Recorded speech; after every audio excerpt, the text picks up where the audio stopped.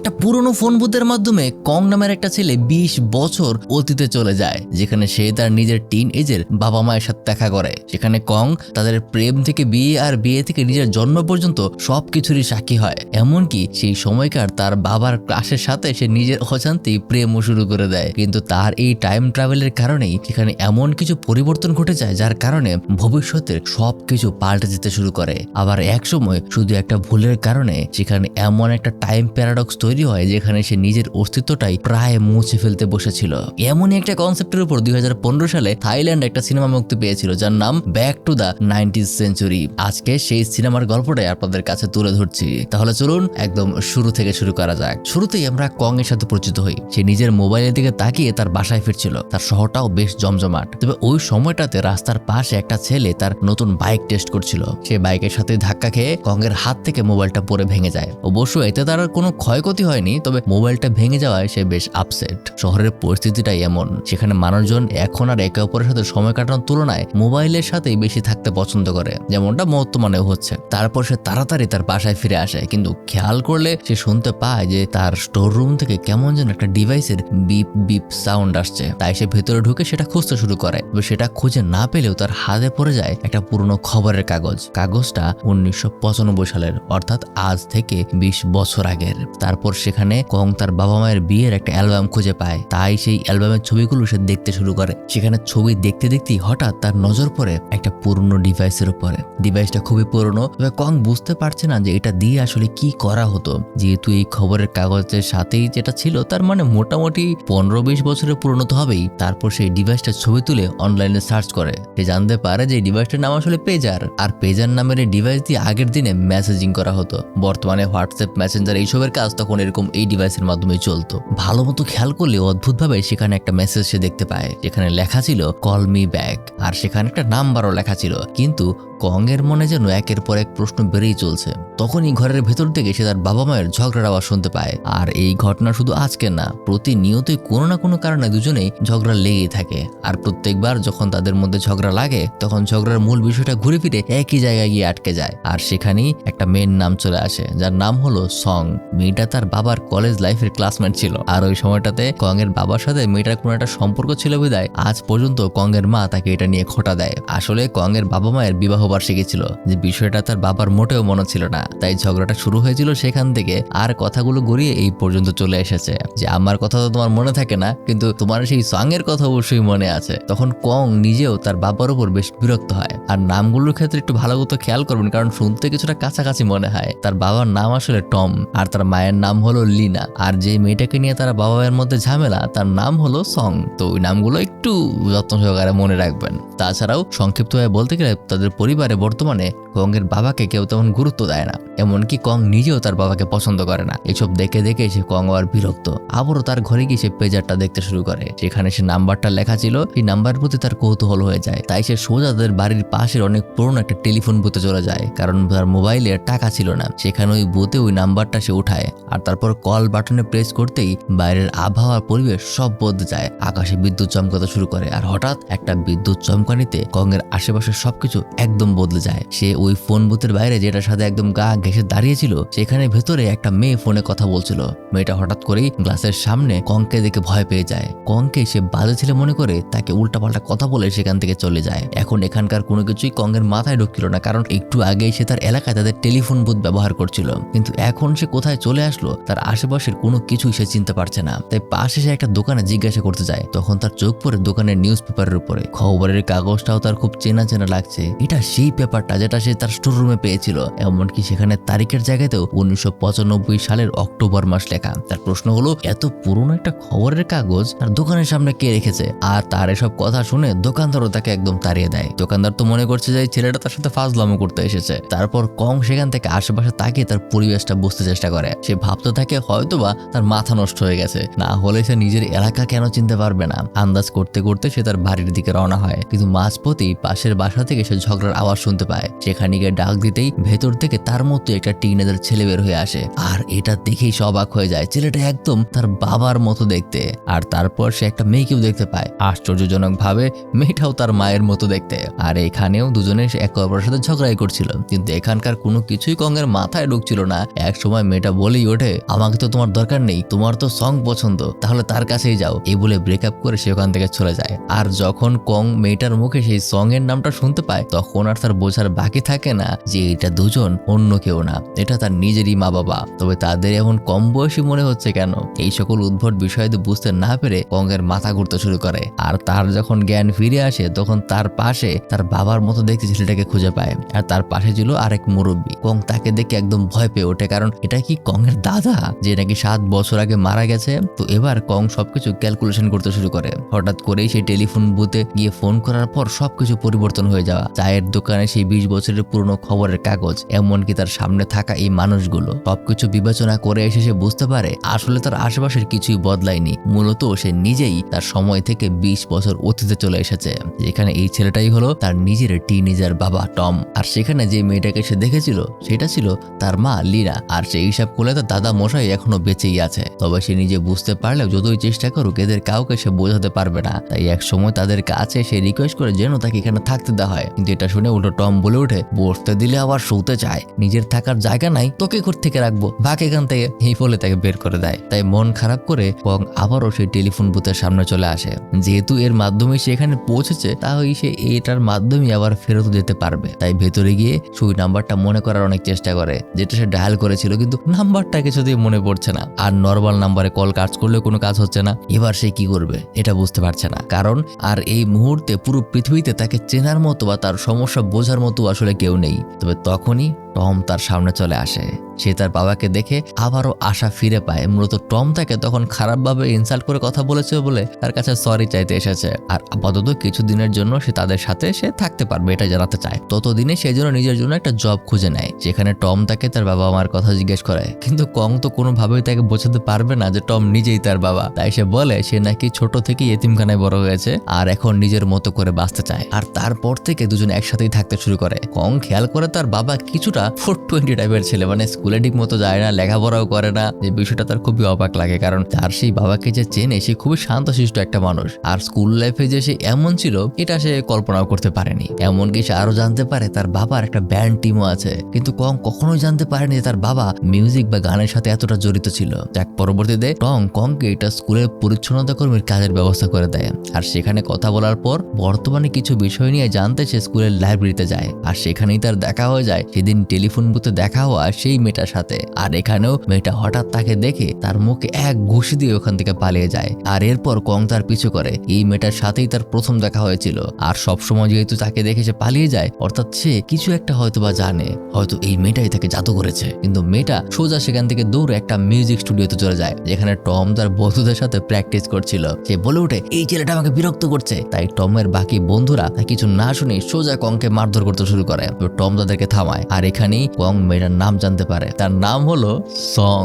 হ্যাঁ, এটাই সেই মেয়েটা যার কারণে কং এর বাবা তার মায়ের সাথে সবসময় ঝগড়া লেগে থাকতো। আর কোনো কথা উঠলেই বারবার তার নাম আসতো আর তাকে নিয়ে খোটা দিত। সং সবাইকে বলে 3 দিন আগে একটা টেলিফোন বুথ থেকে নাকি সে তার পিছু করতে শুরু করেছে, আর আজকে লাইব্রেরি পর্যন্ত চলে এসেছে। তবে কং তাদেরকে বোঝায় সে কোনো চোর না, কোনো কিডন্যাপার না। আর টম বলে যে সে নাকি তার আন্টির ছেলে, দিনের জন্য থাকতে এসেছে। তবে তারপরেও সং কোনোভাবেই শান্ত হচ্ছিল না। এখনো সে তাকে পারলে একদম চিবিয়ে খেয়ে ফেলবে। তাই কথাবার্তা শেষ, সং টমকে রিকোয়েস্ট করে সেই জন্য তাকে বাড়ি পৌঁছে দিয়ে আসে। কিন্তু টমের সাথে সেদিনও লিনার ঝগড়া হয়েছে। আর আজকে যদি কোনোভাবে সে বাইরে সং এর সাথে দেখতে পায়, তাহলে একদম ঝামেলা শুরু হয়ে যাবে। আসলে সং টমকে মনে মনে পছন্দ করলেও টম তাকে শুধুমাত্র নিজের বোনের মতোই দেখে। আসলে এটা এখন থেকেও প্রায় 6 মাস আগের কথা। সং ছিল টমের বেস্ট ফ্রেন্ডের ছোট বোন। তার পরের সময়টাতে টম লিনাকে সেদিনকার ঘটনার জন্য সরি বলতে ফোন করে, কিন্তু আবারও ফোনটা রেখে দেয়। আর কি বলবে সেটা বুঝতে পারে না। তাই পরদিন সে লিনার জন্য একটা চিঠি লিখে কংকে দেখায়। তবে তার লেখার ভাষা ছিল কি পুরনো আমলের রাজা বাদশাদের মতো।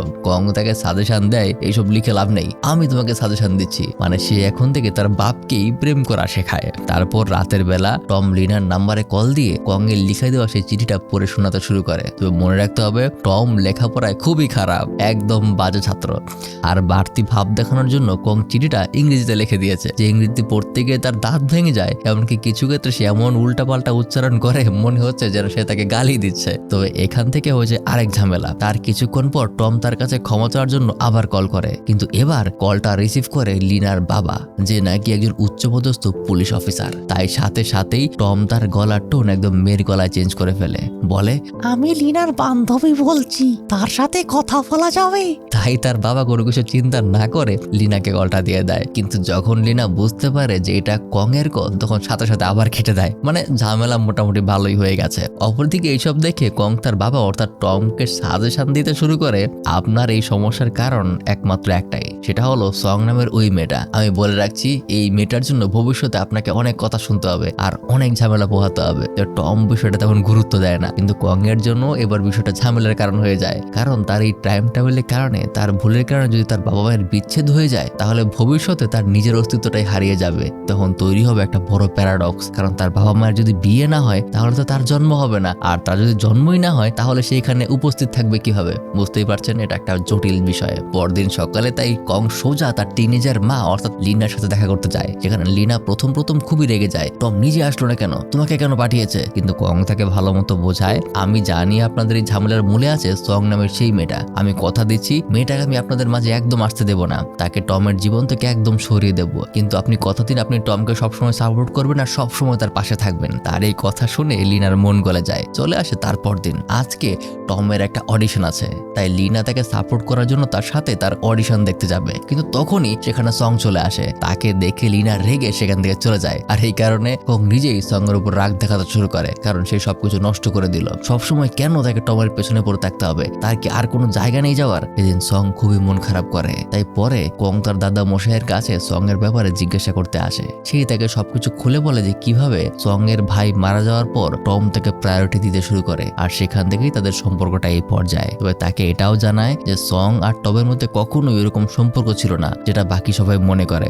আর এই সবকিছু জানতে পেরে কং এবার টমের সাথে বিষয়টা নিয়ে সিরিয়াসলি কথা বলে, যে সামনে যেহেতু তোমাদের ভালো একটা পারফর্ম করতে হবে, তাই সংকে সে গিটার শেখাতে চায়। যেটা শুনে টম খুশি হয়ে যায়, তাহলে তো ভালোই হবে, কারণ সং এর গানের গলাও খুব ভালো। তাদের ব্যান্ডে যদি সে যোগ দিতে পারে তাহলে আরো ভালো হবে। তারপর কথা মতো টম সংকে গিটার শিখতে বলে, আর তাকে শেখাবে কং নিজে। প্রথমে সে রাজি হচ্ছিল না, কিন্তু যখন কং থেকে গিটার বাজিয়ে একটা গান শোনায় তখন সং তার মিউজিকের খুবই প্রশংসা করে, যার ফলে সং তার থেকে গিটার শিখতে রাজি হয়ে যায়। এইদিকে স্কুলের একটা ছোট্ট বাচ্চা লিনাকে একটা টেপ রেকর্ডার দিয়ে যায়, আর সেটা বাসায় গিয়ে হেডফোন লাগিয়ে সে শুনতে শুরু করে। আসলে টম সেই বাচ্চাটাকে দিয়ে যার মাঝে একটা গানের রেকর্ডিং সে করে রেখেছিল, সেই গানটা শুধুমাত্র সে লিনার জন্যই দিয়েছে। আর গানটা শুনে লিনার খুব পছন্দ হয়ে যায়। তাই রাতে যখন আবারও টম তাকে কল করে তখন সে তার রাগ ভুলে গিয়ে তাদের সম্পর্কটা আবারও ঠিক করে নেয়। আবার তার পরের সময়গুলিতেও একসাথে সময় কাটাতে কাটাতে সং এর সাথে কং এর মাঝেও একটা বন্ধুত্ব তৈরি হয়। সেদিন কং তার সাথে দেখা করতে দেরি করেছিল বলে সং তাকে জিজ্ঞাসা করে, আর কথাবার্তায় একসময় সং তাকে একটা ডিভাইস গিফট করে।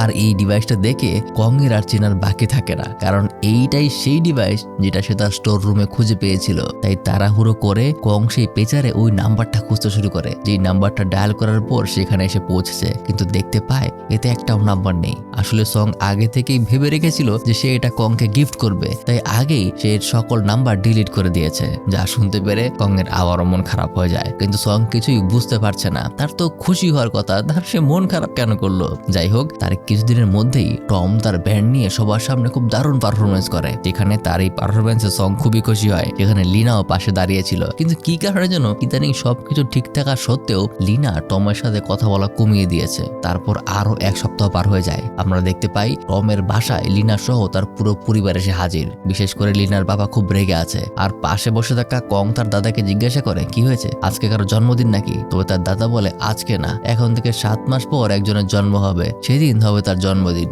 আর এই শুনে কং বুঝতে পারে আসলে ঘটনাটা কি হয়েছে। মূলত লিনার সাথে টমের সম্পর্ক আরো 3 বছর আগে থেকে শুরু হয়েছিল, আর আজ থেকে 3 মাস আগে টম আর লিনার একটা ইন্টিমেসির সিচুয়েশন চলে এসেছিল, যার কারণে লিনা এখন প্রেগনেন্ট। আর সেটা গত 2 মাসে কেউ বুঝতে পারেনি। রিসেন্টলি যখন লিনা নিজে বুঝতে পারে তখন সে টমের সাথে কথাবার্তা কমিয়ে দিয়েছিল। আর এই কারণেই আসলে কিছুদিন ধরে লিনা চুপচাপ আছে। কিন্তু চুপচাপ থাকলেও সমস্যা, তাই সে তার বাবা মাকে ঘটনাটা জানিয়েছে। আর তারপর তার মা বাবা তাকে নিয়ে টমের বাসায় হাজির। লিনার বাবা খুবই রেগে আছে, তার মেয়েকে সেই জন্য অনেক কথা শুনিয়েছে, আর এখন সে তার মেয়ের অ্যাবর্শন করতে চায়। ঠিক তখনই টম হাত জোর করে তার কাছে রিকোয়েস্ট করে, দয়া করে এমনটা করবেন না, এটা কারো জীবন মরণের প্রশ্ন, আমরা ভুল করেছি, আমরা মানছি, কিন্তু তার জন্য জন্য আমাদের অনাগত সন্তানের জীবন আমরা শেষ করতে পারবো না। আমি কথা দিচ্ছি সেই বাচ্চা জন্মের পর তার সকল দায় দায়িত্ব আমি নেব। দরকার হয় আমি আমার ব্যান্ড ছেড়ে দেবো, টাকা পয়সার জন্য অন্য কিছু করবো, কিন্তু তবুও আমার সন্তানকে জন্ম নিতে দিন। তার এই কথা শেষ হওয়ার পর লিনাও তার বাবাকে বোঝাতে শুরু করে, আমি বিশ্বাস করি যে আমি ওর সাথে ভালো থাকবো। এই সবকিছু বিবেচনা করে দুই পরিবার তাদের বিয়ে করানোর সিদ্ধান্ত নেয়। আর অপরদিকে সং এখনো কিছু জানে না। মোটামুটি এতদিনে কং তাকে গিটার বাজানো শিখিয়ে ফেলেছে, কিন্তু তাকে যখন সে রিসেন্টলি ঘটনাটা জানাতে যাবে তখন সে আটকে যায়, কারণ সং তাকে বলে ওঠে, আমি শুধু টমের জন্যই গান গাইবো, তুমি তাকে নিয়ে এসো। আর এত দিনে একসাথে সময় কাটাতে কাটাতে তাদের বন্ধুত্বটাও একটা আলাদা লেভেলে পৌঁছে গেছে, যেখানে দুজন এখন একে অপরের সাথে বেশ ফ্রি। তবে তার থেকেও বড় কথা হলো সং কংকে তার বন্ধুর মতো দেখলেও কং আবার ধীরে ধীরে তাকে পছন্দ করতে শুরু করেছে, তাকে সে ভালোবাসতে শুরু করেছে, কিন্তু কিছু বলতে পারছে না, কারণ এখন এটা সম্ভব না। সে নিজেই আছে অতীতে। শেষে বিদায় নেওয়ার সময় সং কং এর হাতে তার নতুন নাম্বার লিখে দেয়, বাসায় গিয়ে পেজার দিয়ে যেন সে মেসেজ করতে পারে। আর এই নাম্বারটা দেখেই তার মনে পড়ে যায় যে সেই দিন টেলিফোন বুথে সে এই নাম্বারটাই ডায়াল করেছিল, এটাই সেই নাম্বার। আর এই একটা নাম্বারের কারণেই এত কিছু হলো। তাই সে তার টুকটাক কাজ গুছিয়ে রাতের বেলা দৌড়াতে দৌড়াতে এসে টেলিফোন বুথে এসে পৌঁছায়। আর যখন সে নাম্বারটা ডায়াল করতে যাবে তখন তার পেজারে সং এর মেসেজ চলে আসে যে তুমি তোমার কথা রাখবে, টমকে আমার পারফরমেন্সে নিয়ে আসবে। আর এই মেসেজটা দেখেই কং তার সিদ্ধান্ত বদলে ফেলে। পরদিন সবার সামনে সং খুবই ভালো পারফর্ম করে, এমনকি সেই অনুষ্ঠানে পুরস্কারও জিতে নেয়। কিন্তু একদম শেষে তার সাথে কং এর দেখা হলেও টম সেখানে ছিল না। কংও তাকে কিছু বলতে পারে না, তাই সং সোজা টমের বাসায় যায়। সেখানে টম তার সামনে আসে, আর আজকে সং সাহস করে তাকে মনের কথা বলেই ফেলে যে শুরু থেকেই সে টমকে পছন্দ করে আসছে। আজ এই পুরস্কারটা সে শুধুমাত্র তার জন্যই অর্জন করেছে। সে সরাসরি টমকে প্রপোজ করে বসে, কিন্তু টমের কথা হলো, বাচ্চাদের মতো কথা বলছো কেন? আমি তোমাকে আমার বোনের মতো দেখি, আর লিনার সাথে আমার বিয়ে ঠিক হয়ে আছে, আমরা শীঘ্রই বিয়ে করে নেব। আর এই কথা শুনে সং একদম পাথরের মতো হয়ে যায়। সে আর কোনো কথা বাড়ায় না। আজকে সে বুঝতে পারছে কেন গত অনেকটা সময় যাবত টম তাকে ইগনোর করছে, কেন সে তার পারফরমেন্সে আসেনি, কেন নিজ হাতে সে তাকে গিটার শেখায়নি। কারণটা ছিল লিনা। ওখান থেকে সে চলে যায়, অজরে কাঁদতে শুরু করে। আর দূর থেকে এই অবস্থাটা দেখে কং নিজেও খুব কষ্ট পায়, কারণ এই কয়দিনে কোনো না কোনো ভাবে কংও তাকে ভালোই বেসে ফেলেছে। তাই সরাসরি বিষয় নিয়ে তার সাথে সে কথা বলতে চায়, তাকে সান্ত্বনা দিতে শুরু করে। মাঝে মাঝে না চাওয়া সত্ত্বেও এমন কিছু মেনে নিতে হয় যা কখনো কখনো কল্পনাও করা যায় না। কিন্তু সং উল্টো তাকে বলে ওঠে, তুমি বুঝবে না, কারণ তুমি কখনো কাউকে ভালোবাসোনি। যা শুনে কং থেকে বলে ওঠে, আমার মনে কি চলছে সেটা তুমি আমার চোখের দিকে তাকালেই বুঝতে পারতে। কিন্তু সং কোনো কিছু না শুনেই সেখান থেকে চলে যায়। আর আমরা বুঝতে পারি ইনডাইরেক্টলি আসলে কং নিজের মনের কথাই তুলে ধরতে চাইছিল। হয়তো সং বুঝতেও পেরেছে, কিন্তু তার কিছু বলার ছিল না, কারণ তার দিক থেকে কোনো ফিলিং নেই। তাই আবারও সেদিন রাতের বেলা যখন প্রচুর বৃষ্টি পড়ছিল, কং সেই টেলিফোন বুথের সামনে গিয়ে পৌঁছায়। তখনই তার পেজারে সং এর একটা মেসেজ আসে, যেখানে লেখা কল মি ব্যাক। তাই আর কোনো কিছু চিন্তা না করেই সং এর সাথে কথা বলার জন্য সে বুথের ভেতরে চলে আসে আর সং এর নাম্বারটা ডায়াল করে। তবে কল করার সাথে সাথেই আবারও চারপাশে সবকিছু বদলে যায়, আর সে পৌঁছে যায় তার বর্তমান টাইম লাইনে, অর্থাৎ 20 বছর সামনে 2015 সালে। কিছু লোকজন তাকে সেখানে অজ্ঞান হয়ে পড়ে থাকতে দেখেছিল, এজন্য এসে সেখানে জমা হয়েছে। তবে এই মুহূর্তে আসলে তার কি মন চাইছে সেটাই সে বুঝতে পারছে না। সে তো কল করেছিল সং এর সাথে কথা বলার জন্য, কিন্তু ভাগ্য তাকে আবারও তার সঠিক সময় নিয়ে এসেছে। ঘটনার শুরুতেই গত রাত্রে দেখেছিলাম যে তার বাবা মায়ের ঝগড়া হয়েছিল, আর সেই ঝগড়া থেকেই সে এখানে এসেছিল। সেখানে সে তার বাবাকে অনেক খারাপ কথা বলেছিল। তাই পরদিন সকালে সে তার বাবাকে গিয়ে ধন্যবাদ জানায়, আর তার ধন্যবাদটা এই জন্য যে তারা তাকে জন্ম দিয়েছে, কারণ সে দেখেছে ওই সময়টাতে যদি তার বাবা সবাইকে রাজি না করাতো তাহলে হয়তোবা অ্যাবর্শনের কারণে তার জন্মই হতো না। তাই সে অনেক কৃতজ্ঞ। আর আজকে এই প্রথম সে রাগ না হয় বরং ঠান্ডা মাথায় তার বাবার কাছে সং নামের ওই মেয়েটার কথা জিজ্ঞাসা করে। তার বাবা তাকে সবকিছু খুলে বলে, আর শেষে কং তাকে জিজ্ঞাসা করে বর্তমানে সে কোথায় আছে। তখন তার বাবা জানায় ও তো তোর জন্মের আগে একটা বাস দুর্ঘটনায় মারা গিয়েছিল। যা শুনে কং একদম শকড হয়ে যায়, কারণ সে কল্পনাও করতে পারেনি যে তার নিয়তিটা এমন হবে। তাই সে আবারও টেলিফোন বুথে গিয়ে নাম্বার ডায়াল করে, কিন্তু জানতে পারে যে এই টেলিফোন বুথটাই গত 2 বছর ধরে নষ্ট হয়ে পড়ে আছে। তাহলে এই টাইম ট্রাভেল এত কিছু হলো কিভাবে? সে আরো বেশি অবাক হয় যেখানে তার কিচ্ছু করার নেই। এভাবে আরো কয়েকটা দিন পার হয়ে যায়। কং মাঝে মাঝেই সঙ্গে সেই নাম্বারটার দিকে তাকিয়ে থাকে, কিন্তু একদিন কৌতূহল নিয়ে সে 20 বছর পুরনো সঙ্গের নাম্বারটার মোবাইলে ডায়াল করে। আর কল করতেই সে বুঝতে পারে সেটা রিং হচ্ছে। সে অবাক হয়ে যায়, কারণ সে কখনো কল্পনাও করতে পারেনি যে এই নাম্বারটা এখনো চালু আছে। আর তারপর কিছুক্ষণের মধ্যেই অপর পাশে একটা মহিলা কলটা রিসিভ করে, আর সে বলে ওঠে, আমি সং বলছি, আপনি কে? আর এই কথাটাই কং এর সবকিছু বদলে দেওয়ার জন্য যথেষ্ট ছিল। কিন্তু এখানেই প্রশ্ন আসে যে তার বাবা তাকে বলেছে সং একটা গাড়ি দুর্ঘটনায় মারা গেছে, সেটা কি? এটা জানতে হলে আমাদের আরো একবার অতীতের পাতা ঘুরে আসতে হবে। মনে আছে কং যখন টেলিফোন বুথের কাছে গিয়েছিল তখন তার পেজারে সং একটা মেসেজ করেছিল, কল মি ব্যাক। তখন কং তাকে রিপ্লাই করেছিল, আমি দেখা করতে চাই তোমার সাথে। আর এই একটা মেসেজই সবকিছু বদলে দিয়েছিল, কারণ মেসেজ পাওয়ার সাথে সাথেই পরের বাস স্টপে সং নেমে গিয়েছিল, কারণ তাকে সং এর সাথে দেখা করতে হবে। সত্যি বলতে দুজনেই একে অপরকে এতদিনে ভালোবেসেছিল, তো সং এর মনটা ছিল কিছুটা বাচ্চাদের মতো, তাই সে বুঝতে পারেনি। তার বাস থেকে নেমে যাওয়ার পরে 60 কিলোমিটার দূরে গিয়ে ওইটা অ্যাক্সিডেন্ট করে বসে। আর যেহেতু সেই বাসের ট্রিপ হিস্ট্রিতে সং এর নাম ছিল, তাই পরবর্তীতে টম জানতে পেরেছিল যে সে মারা গেছে। আর এদিকে কং এর কোনো খোঁজখবর না পেয়ে সে নিজেও এই অ্যাক্সিডেন্টের ঘটনা এইভাবেই চলতে দিয়েছে। এই ছিল আমাদের আজকের সিনেমার গল্প। তবে সিনেমার শেষটা আমাদের জন্য বেশ কৌতূহল রেখে যায়, কারণ টাইম ট্রাভেলের হিসাব করলে সং বর্তমানে 40 বছর বয়সের হবে আর কং হবে 20 বছর বয়সী। তো তারপরে আসলে কি হয়েছিল সেটা আপনি আপনার কল্পনাতেই দেখতে থাকুন। পরবর্তীতে একটা কাহিনী মনে মনে বানিয়ে নিতে পারেন, সেটা শেয়ার করতে পারেন আপনি আমাদের সাথে কমেন্টে। আজকের জন্য আমাকে বিদায় নিতে হচ্ছে। এতক্ষণ আমাদের সাথে ছিলাম আমি মারুফ। দেখা হবে পরবর্তী আবার কোনো মজার গল্প নিয়ে। টাটা, ভালো থাকবেন, আল্লাহ হাফেজ।